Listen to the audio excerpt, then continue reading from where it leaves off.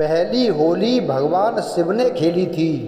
होली की वो पौराणिक कथाएं जो शायद ही आपने सुनी होंगी। आज होली है। होली का नाम आते ही हमें रंग दिखाई देने लगते हैं, मौज मस्ती और पकवान। लेकिन होली मनाने की शुरुआत कब हुई? यूँ तो होली भारत के सबसे प्राचीन पर्वों में से एक है, लेकिन इसकी शुरुआत को लेकर कोई पुख्ता जवाब नहीं है। कुछ पौराणिक कथाएं कहानियां जरूर प्रचलित हैं। उनमें सबसे ज़्यादा सुनी सुनाई जाने वाली कथा है हिरण्यकश्यप और विष्णु भक्त प्रहलाद की होलिका दहन की। लेकिन इसके अलावा भी कई कथाएं हैं जो राधा कृष्ण और शिव पार्वती से जुड़ी हैं। राधा और कृष्ण की कथा। एक कथा के अनुसार रंग वाली होली खेलने का संबंध श्री कृष्ण और ब्रज की राधा रानी से है। धार्मिक मान्यता है कि श्री कृष्ण ने ग्वालों के संग मिलकर होली खेलने की प्रथा शुरू की थी। एक कहानी जो सुनाई जाती है वो ये है कि श्री कृष्ण का रंग सांवला था और राधा गोरी थी।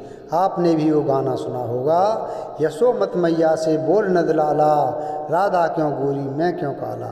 तो श्री कृष्ण अपनी माँ से अक्सर यही शिकायत किया करते थे। यशोदा जी ने श्री कृष्ण से कहा कि जो तुम्हारा रंग है उसी रंग को राधा के चेहरे पर भी लगा दो, इससे तब तुम्हारा और राधा का रंग एक जैसा हो जाएगा। कृष्ण ने अपनी माँ के कहे अनुसार ग्वालों के साथ मिलकर रंग तैयार किए और ब्रज में राधा रानी को रंग लगाने पहुँच गए। तभी से रंग वाली होली का चलन शुरू हो गया। कृष्ण के हाथों पूतना वध की कथा। होली पर कृष्ण और उनके मामा कंस से जुड़ी एक और कथा सुनाई जाती है। कंस नाम के राजा के लिए भविष्यवाणी हुई थी कि उसकी बहन का 8वां बेटा उसकी मृत्यु का कारण बनेगा। इस भविष्यवाणी के बाद कंस ने अपनी बहन देवकी और उनके पति वसुदेव को जेल में कैद कर दिया था।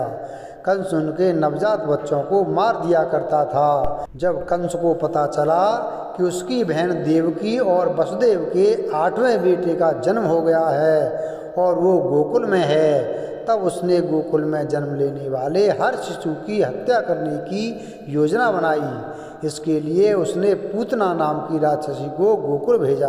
पूतना ने एक सामान्य महिला का रूप बनाया। वह शिशुओं को अपना दूध पिलाने के बहाने विष पिलाने लगी, लेकिन कृष्ण ने उसकी सच्चाई जान ली और पूतना का वध कर दिया। कहा जाता है कि वो दिन फाल्गुन पूर्णिमा का था, इसलिए पूतना के वध की खुशी में होली मनाई जाने लगी। शिव पार्वती और कामदेव से जुड़ी कथा। एक कथा के अनुसार संसार की पहली होली भगवान शिव ने खेली थी। इसमें कामदेव और उनकी पत्नी रति भी थीं। कथा के अनुसार जब भगवान शिव कैलाश पर ध्यान में लीन थे, तब तारकासुर के वध के लिए कामदेव और रति ने शिव को ध्यान से जगाने के लिए नृत्य किया था। रति और कामदेव के नृत्य से भगवान शिव का ध्यान भंग हुआ, तो उन्होंने गुस्से में कामदेव को भस्म कर दिया। इसके बाद रति ने शिव से कामदेव को जीवित करने का आग्रह किया और वो मान गए। कामदेव दोबारा जीवित हो गए। इसी खुशी में रति और कामदेव ने भोज का आयोजन किया। इसमें सभी देवी देवताओं ने हिस्सा लिया। ये फाल्गुन पूर्णिमा का दिन था।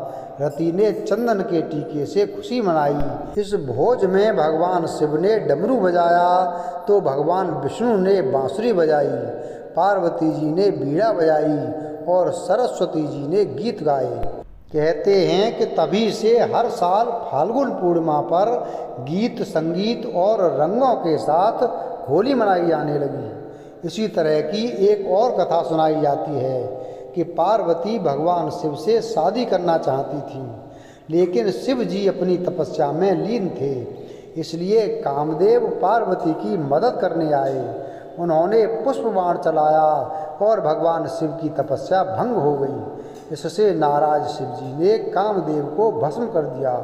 कामदेव के भस्म हो जाने पर उनकी पत्नी रति रोने लगी। रति ने शिव जी से कामदेव को जीवित करने का अनुरोध किया। शिव जी ने कामदेव को जीवित कर दिया और इस खुशी में होली मनाई गई। राक्षसी धुंधी की कहानी। राजा पृथु के समय में धुंधी नाम की एक राक्षसी थी। वह बच्चों को खा जाती थी। उसे वरदान था कि उसे कोई भी देवता मानव अस्त्र या शस्त्र नहीं मार सकेगा, नहीं उस पर सर्दी गर्मी और बारिश का कोई असर होगा। लेकिन शिव के एक शाप के कारण बच्चों की शरारतों से वह मुक्त नहीं थी। राजा पृथु ने धुंधी के अत्याचारों से तंग आकर राजपुरोहित से उससे छुटकारा पाने का उपाय पूछा। पुरोहित ने कहा कि अगर फाल्गुन महीने की पूर्णिमा के दिन, जब न अधिक सर्दी होगी और न गर्मी, सब बच्चे एक साथ लकड़ी लेकर अपने अपने घर से निकलें, उसे एक जगह पर रखें और घास फूस रखकर जला दें। बच्चे तालियां बजाते हुए मंत्र पढ़ें और अग्नि की परिक्रमा करें, हंसें गाएं चिल्लाएं और शोर करें तो राक्षसी मर जाएगी। पुरोहित की सलाह पर पालन किया गया और जब धुंधी इतने सारे बच्चों को देखकर आग के पास आई तो बच्चों ने एक समूह बनाकर नगाड़े बजाते हुए धुंधी को घेरा, धूल और कीचड़ फेंकते हुए उसको नगर से बाहर खदेड़ दिया। कहते हैं कि इसी परंपरा का पालन करते हुए होली मनाई जाने लगी। हिरण्यकश्यप और प्रहलाद की कथा, ये वाली कथा सबसे ज़्यादा प्रचलित है। राक्षसों का एक राजा हिरण्यकश्यप था। हिरण्यकश्यप भगवान विष्णु को अपना दुश्मन मानता था। उसने अपने राज्य में भगवान विष्णु की पूजा बंद करा दी थी। वो अपनी पूजा कराता था। लेकिन हिरण्यकश्यप का बेटा प्रहलाद विष्णु का भक्त था। हिरण्यकश्यप ने प्रहलाद को विष्णु को पूजने से रोकने की काफ़ी कोशिश की, लेकिन प्रहलाद की भक्ति कम नहीं हुई। यहाँ तक कि हिरण्यकश्यप ने प्रहलाद को इसके लिए काफ़ी यातनाएं दीं। उसे पहाड़ से नीचे गिराया, हाथी के पैरों से कुचलवाने की कोशिश की, लेकिन हर बार प्रहलाद बच जाता। हिरण्यकश्यप की एक बहन थी होलिका। होलिका को वरदान था कि वो आग में जलेगी नहीं। इसलिए हिरण्यकश्यप ने होलिका से कहा कि वो प्रहलाद को अपनी गोद में बैठाकर आग में प्रवेश कर जाए।